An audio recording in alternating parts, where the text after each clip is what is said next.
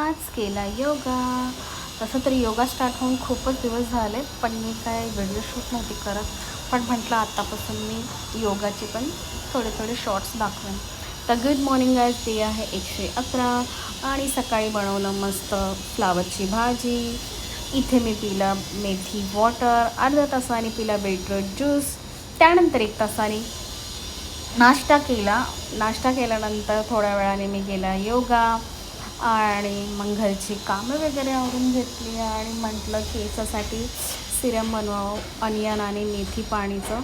त्यानंतर मस्त लावलं आणि 1 तास ठेवलं. छान मसाज केली 5 मिनटं आणि लादी वगैरे केली, झाडू वगैरे मारून घेतला आणि थोडं माझं सामान आणायचं होतं म्हणून मी खाली गेलेले.